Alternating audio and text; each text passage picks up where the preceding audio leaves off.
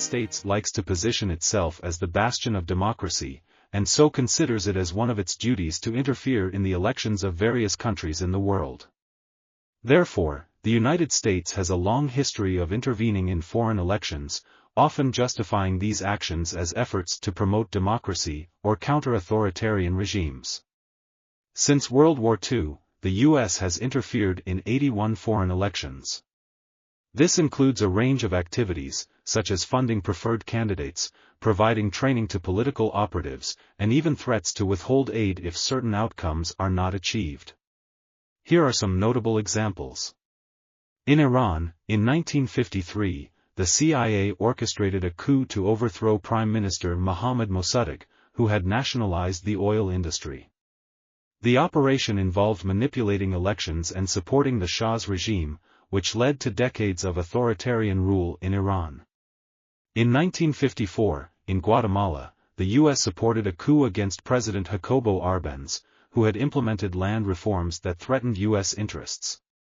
The CIA funded the campaign of a rival candidate and facilitated military support to ensure Arbenz's removal. From 1970 to 1973, in Chile, the U.S. attempted to undermine the presidency of Salvador Allende through covert operations, including funding opposition parties and supporting a military coup that ultimately resulted in Allende's death and the establishment of Augusto Pinochet's dictatorship. In the 1980s, in Nicaragua, during the Contra War, the U.S. funded and armed Contra rebels fighting against the Sandinista government, which had come to power through a revolution. This intervention included attempts to influence Nicaraguan elections in favor of anti-Sandinista candidates. From 1991 to 1992, in Albania, the U.S. provided support to the Democratic Party during Albania's transition from communism, including funding and training for political operatives to ensure a favorable outcome in elections. In 2000, in Yugoslavia, the U.S. played a significant role in supporting opposition parties against Slobodan Milosevic during the presidential elections, which contributed to his eventual defeat. In 2004, and then in 2014, in Ukraine, the U.S. supported pro-Western candidates and movements against supposed Russian influence. The 2014 Maidan coup was particularly noted for U.S. involvement in overthrowing the duly elected government of Ukraine and bringing in one preferred by the U.S. This would eventually lead to the current war in that region. In 2011, in Libya, the U.S. overthrew Muammar Gaddafi, leading to a disaster, from which that country still has not recovered.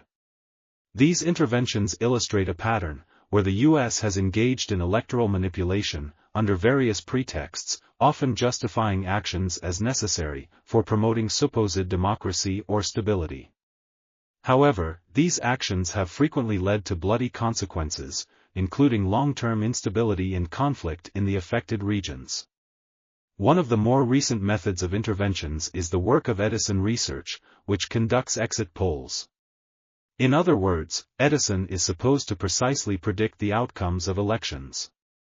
Which means that it provides data to foment discontent by questioning the legitimacy of voting results.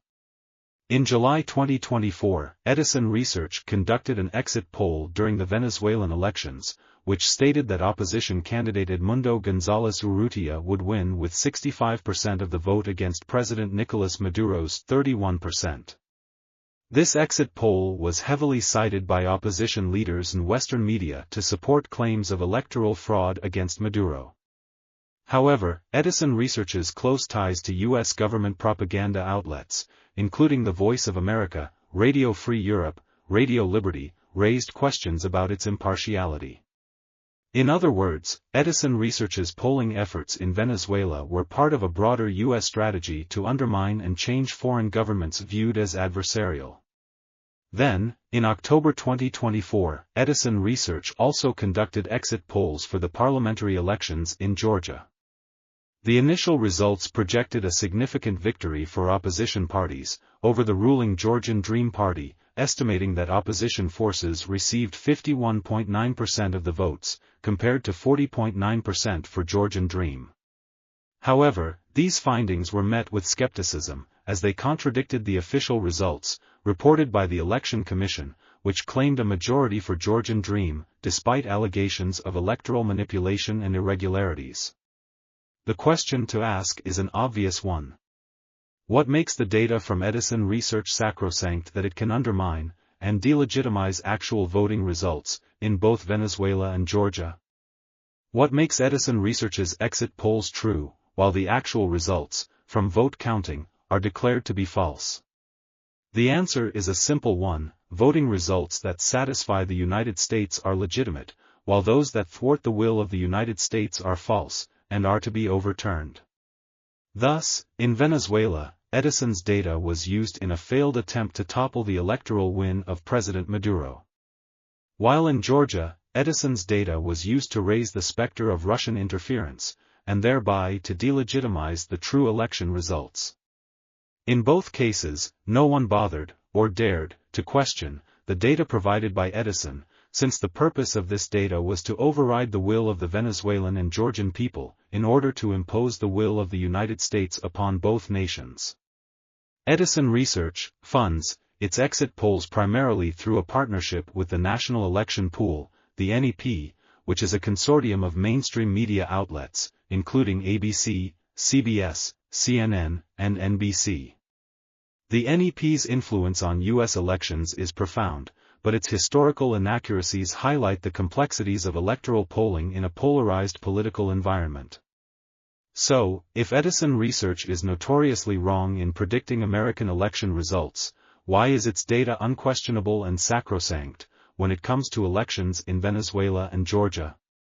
Rather, the exit polling data provided by Edison Research becomes a good weapon in the hands of pro-American agitators who say that elections were stolen. Then, the Edison polling data is used to sow discontent among the people, to bring professional agitators out onto the street to protest violently. This gives the air of the will of the people being suppressed by election fraud. If the protests are sustained long enough and turn violent, as happened in Ukraine in 2014 and in Bangladesh in 2023, then the elected government is easily toppled, and a puppet, pro-American regime is installed.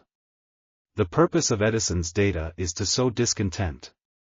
Edison Research's executive vice president, Rob Farbman, has extensive experience overseeing international polling projects that align closely with U.S. foreign policy objectives, as in Venezuela and Georgia.